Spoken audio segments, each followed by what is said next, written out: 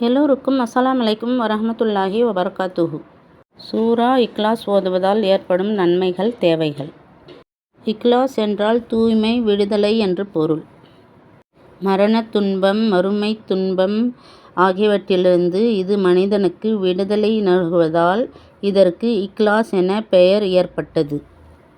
திருக்குர்ஆனில் 1/3 ஒரு பகுதிக்கு இந்த சூரா சமமானது. மன ஒருமையோடு ஒருவர் ஓதினால் அவன் என்றைக்கும் நரகத்துக்கு செல்ல வேண்டிய அவசியமில்லை. அடக்க ஸ்தலங்களுக்கு கடந்தும் செல்லும் ஒருவர் இக்லாஸ் சூராவை 11 தடவை ஓதி அதற்காக நற்கூலியை இறந்தவர்களுக்காக தியாகம் செய்தால் இறந்தவர்களின் எண்ணிக்கைப்படி அவர்களுக்கு நற்கூலி கொடுக்கப்படும் என்று நபி ஸல்லல்லாஹு அலைஹி வஸல்லம் அவர்கள் கூறியுள்ளார்கள். இந்த சூராவை இறந்தோருக்காக ஹதியா செய்த பின் அவர்களுக்கு மறுமையில் வேதனை இலவாகும் என்று கூறப்பட்டு உள்ளது.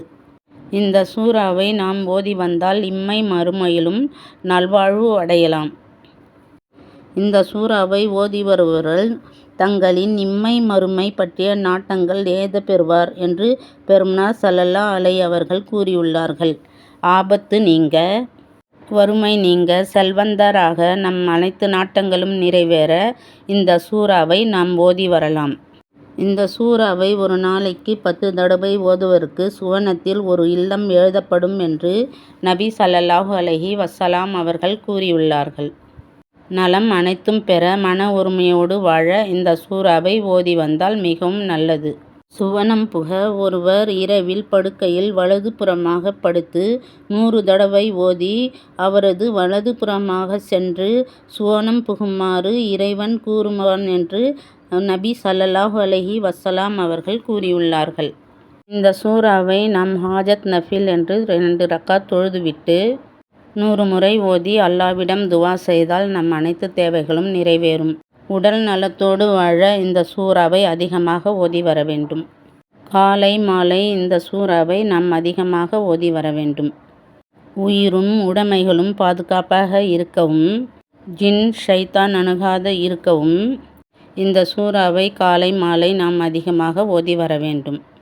இறந்தவருக்காக கபரின் வேதனை குறைய இந்த சூராவை 100 தடவை ஓதி வர வேண்டும். நாம் அனைத்து தேவைகளுக்காகவும் இந்த சூராவை ஓதி அல்லாஹ்விடம் துவா செய்யலாம். நம் அனைத்து துவாவும் நிறைவேறும்.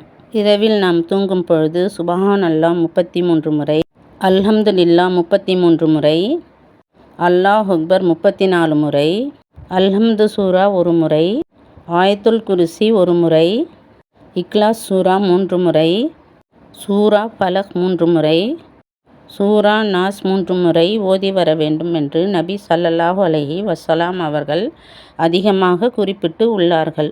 நாம் தினந்தோறும் இந்த முறைப்படி ஓதி வந்தால் நமக்கு எந்த தீங்கும் ஏற்படாது. அல்லாஹ்வின் பாதுகாப்பில் இருப்போம். இந்த சூராவை நாம் அதிகமாக ஓதி அல்லாஹ்விடம் துவா செய்வோம். அல்லாஹ் நம் அனைவருடைய துவாவை ஏற்றுக்கொள்வானாக. யா ரப்பில் ஆலமீன். ஆமீன் ஆமீன். இது அல்லாஹ்வின் அற்புதங்கள் சேனல். இந்த வீடியோ பார்க்குற எல்லோரும் அல்ஹம்துலில்லாஹ்னு கமெண்ட்ஸ் பண்ணுங்கள், லைக் பண்ணுங்கள், சப்ஸ்கிரைப் பண்ணுங்கள். அல்லாஹ் மிக பெரியவன். அல்ஹம்துலில்லாஹ்.